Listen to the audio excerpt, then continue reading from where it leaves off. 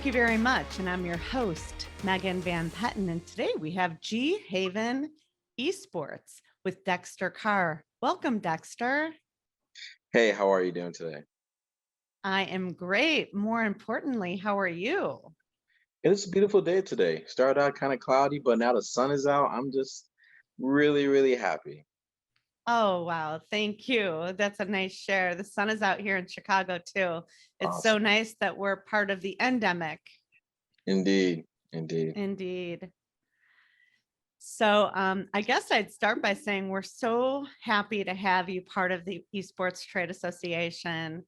Um, that goes without saying, but one of my first questions I'd love to ask you is, how did you get involved in esports?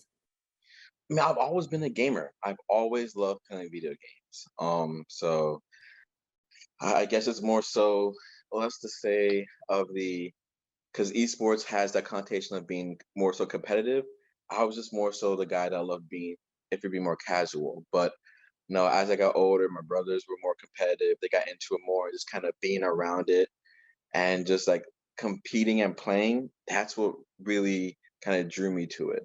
I mean, I was always a regular athlete. I ran track, I played soccer and basketball in high school, a little bit in college as well. But this video gaming has always just been that one place where, you know, I can fit in and I just love to do. And so I guess for me, it's less more so about the esports side of things, just the video gaming as a whole. Did you say video gaming as a whole? Hmm. Okay, Yeah. great. Um, Tell me, what do you mean by video gaming as a whole? So when it comes to when I think of esports, even though I do enjoy and appreciate the competitive side of things, esports, when I hear the word, it has more of a connotation of the competitive side of it. And for me, like G-Haven, we want to be able to bring to bridge the gap between the casual and the competitive. And so me being on the casual side of things, and then me also associating with people who are more competitive, I want to find that middle ground. And that's one thing G-Haven is striving to do. So tell me a little bit more about the middle ground. Of course, of course. So a lot of times, one of the things that we've kind of realized, not just in the research and prior to creating G-Haven, is in the early stages and creating and establishing it, there's this divide between uh, the casuals and the pros, and the gap is like huge. And so a lot of times, I mean, either the pros you play with themselves or the highly competitive play amongst themselves, and there's no way where normally really isn't a way to bridge that gap because the competition and the gameplay is so uh not just divided, but like the level and skill is so the gap is so big. Sometimes it's just not fun to play when you're getting beat so badly. But the one thing that both sides have in common is a love for the game. And so that's that middle ground that we choose to focus on is that love for the game itself. And that's what we bring people together. It is no fun to be playing, above or really below your skill competency. I mean, that's just basic human nature. Hmm. So, tell me, does G-Haven have a solution for that? Yeah, so we one of the things that we do, we take so there's this concept in the gaming world called Let's Plays, where basically, different streamers and content creators, they will play a game or stream a game and people will watch them. But we take that that genre and make it more literal, where all the games that we play are very inclusive. So going from the popular Among Us or Fall Guys to more so like Monster Hunter and Final Fantasy 14 games like that, games where we can interact together. So there's that equalizer in terms of it's not just one versus the other, but we're all working together. And so that is one of the ways that we are aiming for that. We're building that community where we help each other get better. Whereas we're able to bring up the skill level at the same time, not in the means of isolation, and bring more casuals into competitive, more of a space where we can able to interact with each other in a way, a form of bonding and creating that place where we bring people together. Would you say that there's a traditional sport that does that better than video game or comparatively? a lot of traditional sports, granted, they are team based, but the beauty when it comes to like video gaming, it's a combination of both individual and a team. Whereas, and there are also games where the point of the game is to work together, not against opposing other real life players, but more so against the game itself. And so when it comes to traditional sports, does it work with team building? Absolutely. You have to work together in order to defeat another opposing team working together. And we see that also in games like Dota, League of Legends, things like that. But that's where, like I would say, Dota and League of Legends, those games where it's actual two opposing teams fighting against two opposing teams fighting against each other, is where that similarity in terms of with traditional sports, but esports goes a step beyond and creates other types of games where where there's less PvP where I'm fighting against you, but hey, let's work together, bring different skill sets to reach an end goal. And so that is where I believe the, where traditional sports kind of fall short and where esports can definitely take advantage of that. Fascinating. So tell me, what inspired you to create G-Haven? It all started started one summer. I was hanging out with a friend at my apartment. I had just graduated from grad school at back at Penn State. We are. Um, and it was a Friday afternoon, and we were trying to figure out what we wanted to do. And the original, and like we thought of different things, like maybe going out to the bars or whatever. But it's like we were just in my place. I was cooking food. He was playing video games, and it was just like, he suggested, why don't we just do this? Like go to somewhere where this is what we do. Have some combining a bar and arcade. I'm like, okay. And when we looked it up, there were places like that, but not anywhere close by. Like the closest place to that really to us at the time was like that we saw was in Atlanta, Georgia, where it kind of fit exactly that. And we just realized that it's so niche that there should be places like this everywhere you go. And that's where the original idea had came as and which is where the philosophy started to form of G-Haven as a nexus, a center point to bring people together, to recreate that feeling, the homey feeling that your friends coming over to your place to just hang out, play video games, and bond. Because video games played a very important role in our lives in terms of just the relationship building that we have with our close friends. One of the core pillars that we had in common, and just that held our friendship together. And so we realized that we wanted to bring people together. So the original idea was to have a physical space, but over time we realized that it shouldn't be a specific place that people come to. This should be more of an idea that people should come together, and a way to bring them together can be through video gaming, and that's kind of where G-Haven took off. It was more so about bringing people together, bringing the world together through video gaming, and the realization that video gaming has such an impact in our lives, that we become more aware of the power that it has. Because when you pick up a controller, you lose your identity in the sense of we're less about male, female, black or white, whatever, gay, straight. It doesn't matter who you are. According to the console, you're player one and player two, and what brings us together is the love of the game that we're playing. Doesn't matter if we're rivals or competitors. We love the game that much that we're playing it together. That's bringing us together. So that's the main focus of what G-Haven is all about. It's so interesting that you share that story because I remember when I met you, you talked about that same story, and it was such a pivotal point for you, that as you went down that journey, your co-founder, decided to go in a different direction. And, you hear that a lot. Two people have an idea, they create something, and then the journey changes for one. And so what I really admire is that you were so amicable about your direction that you guys were taking, and you then um put the backpack on and went on your own. Is that Yeah, right? yeah, and it was scary.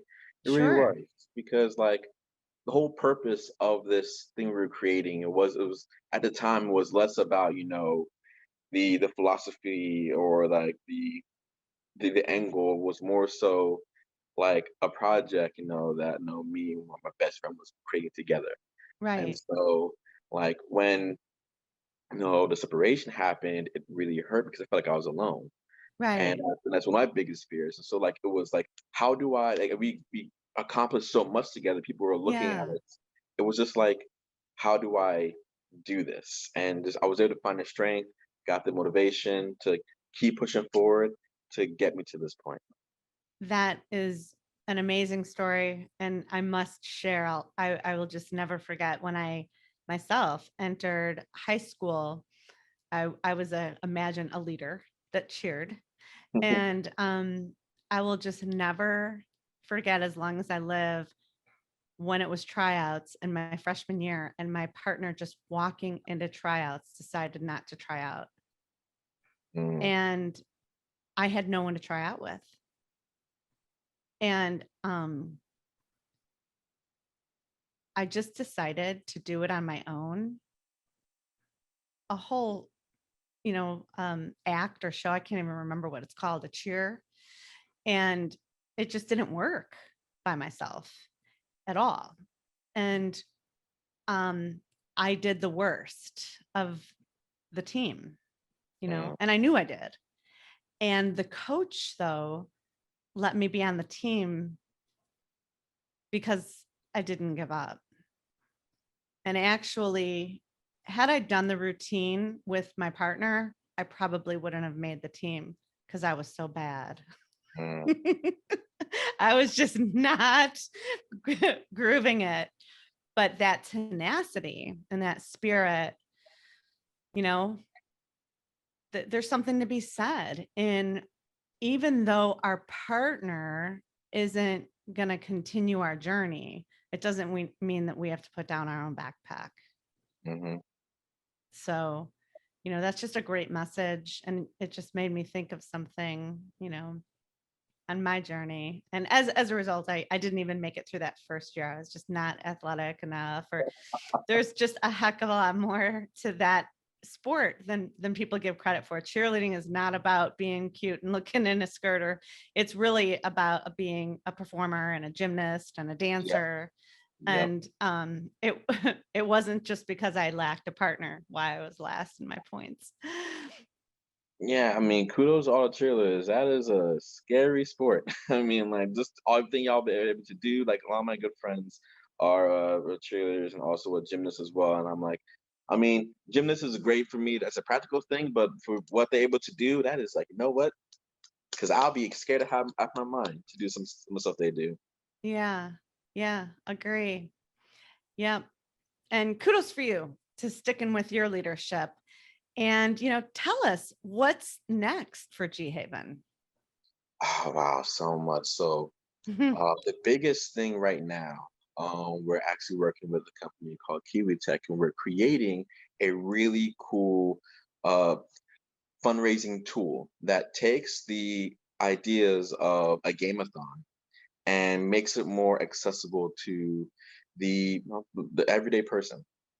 So effectively, we're creating a program that allows us to uh, track. So it's a monthly subscription, but allows us to create a program that allows our users to be able to have their hours that they play tracked, and that amount of hours, amount of time gets converted into a dollar amount, which is then donated to a cause and foundation of their choice. 100% of it. Well, that's outstanding. Yeah. And how do you keep track of that? Is it through the gamification app? Yes. Yes. It will allow us to the user when they create the app will also in that it will allow us to track and keep record of how many hours they play on a monthly basis, so they have a monthly report of how many hours they played and how much they made, so they can really see over time the impact that they make. because the whole point is, I know, for especially for the end user, every little bit counts. And so we want to put back into mainstream of the act of charity and philanthropy as, a strong way to give back to the community, give back to, causes that you care about. And one of the other things that we're doing right now, actually, April is the 1 year anniversary of us being on Twitch. And so one of the things that we're doing is we're doing a month-long charity for uh, mental illness and mental health awareness through the or foundation called NAMI. And so this past year has been really rough and tough on everybody. Not just ourselves as a company trying to, make sure that we survived through being a new business surviving in 2020 in the pandemic, but also just emotionally, mentally for a lot of people. A lot of people lost others. There are the different paths that people took down, and it's just there's a lot of changes that happen, and it stressed a lot of people out. And even though we're coming down to the end of it, there's still scars from that. And so we want to even more so as we get ready for Mental Health Month in May, that we really pay attention and we like talk about that and raise that money. Be like, hey guys, raise that awareness of it's it's okay to talk. It's okay to find that help you need. Mental health is a key part of someone's health and wellness as a whole. And we can't just keep it in and fight the battle on ourselves, because when we're alone, the instant you think you're alone, that's when you start to lose the battle. And so we want to make sure that through everything we do, through all of our streams, through all of our content creators, every time we put our voice out there for this whole month, even into next month, we make sure we let people know that, hey, you know, mental health is a real thing, and we're also just being open with our own stories to help motivate and show being have some vulnerability of how we're choosing to fight and how we're choosing to keep going strong. And that's really great, Dexter, that you're doing that now and through the month of May, and I'm sure through the course of your life. Obviously, community and giving back and raising awareness and mental health, you're really committed to. May I ask um, what got you involved in having this sort of purpose? This first year has been very rough on everybody, especially with me, like in just building this company from scratch, starting over with the separation of my previous co-founder. That really hurt.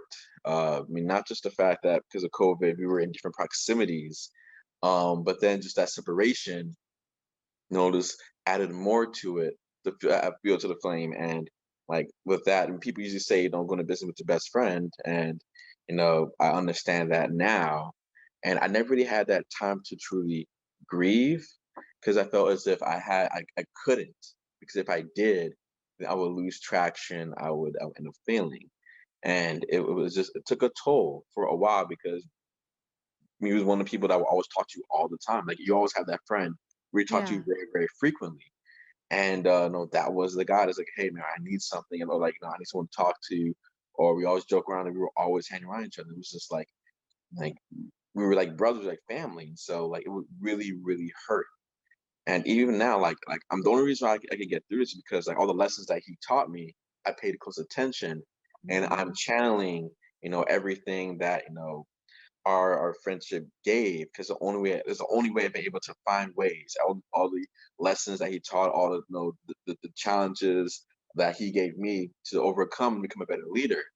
Uh, but that's for me has been just very, very, very difficult. And if I didn't have other people to fall back on to help me to get through it, it would have been very, very tough and very scary, because I'm putting everything into building G-Haven.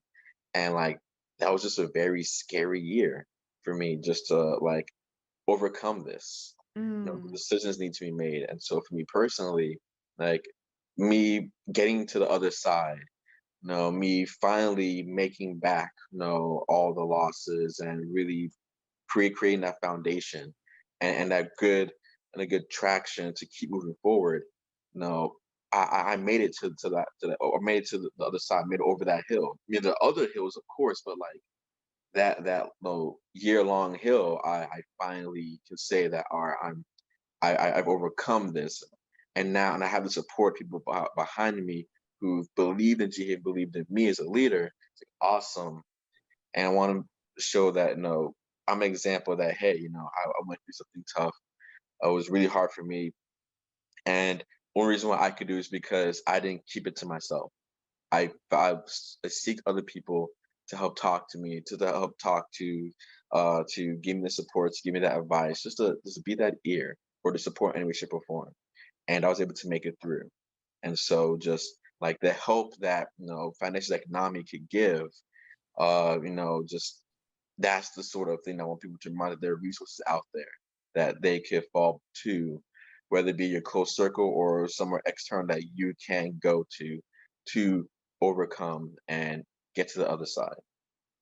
It makes me think of one of my favorite authors, and I know you're an author yourself of, I mean, you certainly have done an incredible amount in your life.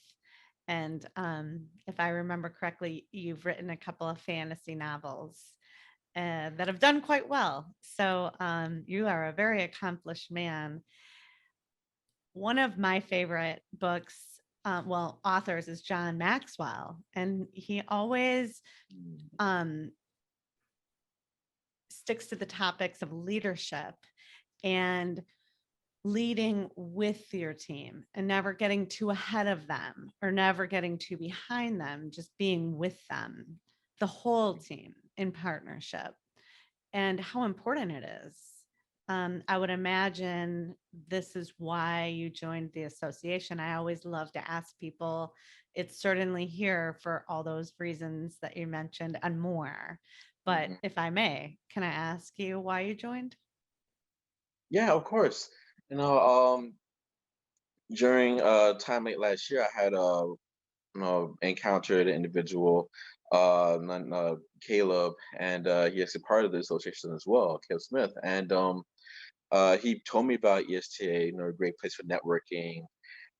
Mainly told me also about because of the most recent pitch event there for the conference. I was like, okay, that's cool. But me just being in uh, you know a a networking group where they knew the industry, they were aware of what video gaming esports was. Because for me, the biggest struggle I had was trying to pitch to investors or to communicate about esports, about video gaming, and it's such a niche thing that not everyone knew about it. Not everyone Hmm. could understand and see the potential in it. And so, or people realized they saw something was happening, but they couldn't conceptualize it. They couldn't understand it. And I was finding around people who understood it. So I didn't have to try to break down, what esports was or how it's growing. People already knew. I could focus on how do I properly build? How do I learn? Yeah. What am I doing wrong? How can I get better? And so that was one of the best things. I've met so many people here just in the association. Just every time there was an event, make sure my voice is heard at least once, meet up with them outside, build that friendship, build a relationship. Because for me, I my leadership style is always based upon the relationship aspect. I would try to build the relationship. So there's that less of a hierarchical point of view, but more so like, hey, we're in this together. We're a family. Yes, everyone has their own position, but we're in this together. And so I use that as a means of how do I connect with people, especially even in different networks and different organizations. Like, how do I connect with them? And so me connecting with people, even me connecting with a lot of the great entrepreneurs, the great leaders in the ESTA, I've been given access to so many more resources that I would have never been able to find on my own. And I really, really enjoy being a part of something that I can not only feel empowered by this, but be around leaders that's like, you're doing this longer than me. How do I do this better? And find those teachers. I always love that teacher-student relationship. Why G-Haven? That's an excellent question. G-Haven Esports is not like your average esports org or gaming org. A lot of them, they build a culture surrounding, high performance, being the best, content creation, entertainment. G-Haven Esports We focus on bringing people together. That was the centerfold of everything we do, creating value from gaming. Video gaming, people think about it and they still sometimes think about it as just a place of entertainment, just a place or somewhere that, if you want to kill time, hang out with friends, that's cool. But they don't really see the value from that. G-Haven was built on the idea that video gaming created so much value for me, for the team that I've put together, that we're growing this. That's what we want to show. Yes, we have our own competitive team. Yes, we have content creators, but we're using that to create a platform. And so everything we do, every every operations that we conduct, every event that we have, is not just to entertain, but is to create value. And during this time, we believe that is more important than anything else right now, to show that not only are we giving back to the community, but we are creating opportunities. We are establishing and giving value. We're just doing it through our passion because we are socially conscious gamers, understanding that our gaming comes with great power and can provide great positive impact. And we have a really good team within G-Haven. As Megan stated in the very beginning, we are a company built by gamers for gamers. And that's one of the things that we feel to bring to the attention, that instead of having people coming outside, coming from, because a lot of people I've noticed, especially a trend in EST, that a lot of people come in and come from the traditional sports section, this traditional sports industry. We in G-Haven, and one of the major requirements I would say would be that everybody has to be a gamer. Have had to have video gaming impact their life and be brought up in gaming in some way, shape, or form. And so we know what we want. We know what we need. And I feel that's the best way to communicate, is having someone who's in it to create the business idea, to create the models, to create the planning. And so my I call him the EOO, my Esports Operating Officer. He is a 20-year veteran in competitive gaming. He's been with multiple different organizations, competed in the highest levels in different games, just coming off of most recently Fortnite and going into Call of Duty. And so he has a very, very good eye when it comes to different trends, especially in the competitive league. How some of our other individuals, or writer, she an excellent writer, but she also has a love for video gaming and a passion for that as well. And a very fun and creative way of talking about a lot of important subjects that are happening in just the gaming community. And we need somebody like that. Also from a Black feminine voice, putting it out there, giving representation, and reaching out in a way that people could relate and understand. And even our main content creator, he is one who's very good in terms of tech. He has an amazing personality, giant big old teddy bear, and as he gravitates people and makes them feel included, because he knows what it feels like to not feel included, and knows what it also feels like to give love and to feel love back. And so those are some of the more amazing traits of our team. And so for our advisory board, coming from actually another fellow Penn Stater. So myself coming from Penn State, another fellow Penn Stater here in Baltimore. He helps a lot in terms of the business planning and financial future landscaping. Uh, he helped us a lot. His name is James Peterson. He's actually the VP for the M&T Bank here in Baltimore. And we also have a couple really good individuals on our law team as well to help us navigate what we need in terms of building the corporate structure, as well as looking into make sure that we draft our contracts in a way that allows us to keep everyone protected, but at the same time delivers what G-Haven wants to be able to do with our contractees, if I may say. Um, and our biggest focus is to helping them grow. Really investing in them in a way that allows G-Haven to not only not only to help them invest in them, to help them grow, but a way that we're able to benefit as well.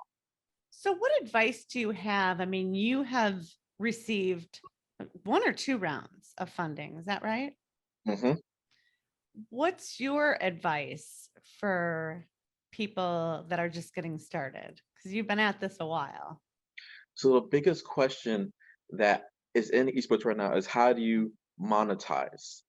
And how I would put it very simply, esports isn't an end of itself, a means to an end. Esports and video gaming is a vehicle to improve the monetization and the revenue models of already established uh, businesses, already established ideas.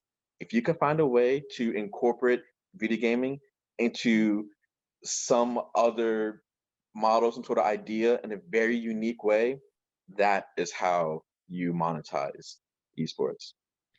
And that's really interesting. I know you have a strong background from Penn State and you're an entrepreneur and very successful. Um, you talk a lot about what the last year has had for you virtually Mhm. and utilizing the opportunity that you had as a virtual experience. Can you talk a little bit about that as well, because that's just such great feedback. Yeah, so there has been a really big push for a more virtual experience. And in the beginning, it was definitely interesting. So I was trying to figure out what that looked like. And I think the pandemic really, really gave a clear idea of not just for esports industry, but for all industries, the important value of having that virtual setting. Because what if something happens like this again and we're separated? How do you continue? And so one of the biggest trends that I'm seeing is that challenge of how do we continue carrying on business? how how do we still have a convention that is entertaining, that is engaging, than just having a a different Zoom uh, web calls and having that done? How do you make something more engaging like that? And there's been a push for more of that virtual world, of that 3D virtual world. And luckily for me, one of my sponsors is actually a company in Baltimore called VR Collab, and they've actually created digital twins, a alternative and auxiliary 3D virtual venue space. And just based upon that, it really mocks the experience of being in an in-person brick and mortar event. And so I definitely feel as though the focus on how we interact on a virtual setting is really what's going to dominate the next couple of years, even if we get back into the to a place where everything's open 100%. How do we not incorporate the virtual side of things so that A, if it happens again, we can still move forward, or B, it's another way of interacting with the end users, and as well as reaching more people that we could before. It's been so great to see things open up in all areas. I was just at a seminar last weekend, and there was a lady that has not attended a seminar she's wanted to attend for, oh my God, I think over 11 years, because she was paralyzed. She was Mm, paralyzed from her neck down, mm, but she was able to be with us and she was so happy and tears were just running down her face. mm. Um, because she was just part of the community and she was able to do it. And it was so, I mean, just there has been a lot of things that have been good that have come from this. Do you have a technology in focus in your current G-Haven that you would want to show us? That is a like a demo for a virtual event, or is that something coming? Oh no, we definitely have that already. So we have a link to a demo of what an expo hall would look like. So what E3 could look like, or what Comic Con could look like in a 3D virtual setting. They said we do have a video on YouTube and a link for that. If anyone wants, they could always come at me and I could send it out. But there is definitely a link that shows, and it's ready and raring to go, so you can see what it looks like and how it is. Are there any other spaces like this? Yeah, so uh, the engine is the base platform is called Rebella, and they have multiple different campuses. Some of them being conference halls, some of them being classrooms, some even like different business centers that you could use. And so there are a multitude of different uses for them. Very good. Thank you. So we're coming up on the half hour here. Do you have any parting advice before we go? Esports and video gaming is such a fertile ground that in order to truly be successful in this space, you have to be creative. You have to do something new or something that hasn't been done before in a way that it's currently being done now. I feel as if we could find new ways of incorporating and using video gaming and esports in the popular culture and in mainstream media, that is how the esports industry could grow from a $1 billion industry to something even more. Well, that's amazing. Thank you, Dexter Carr at GHavenEsports.com. Thanks for being on the show. And more of all, thank you for being a member of our community. You make us better.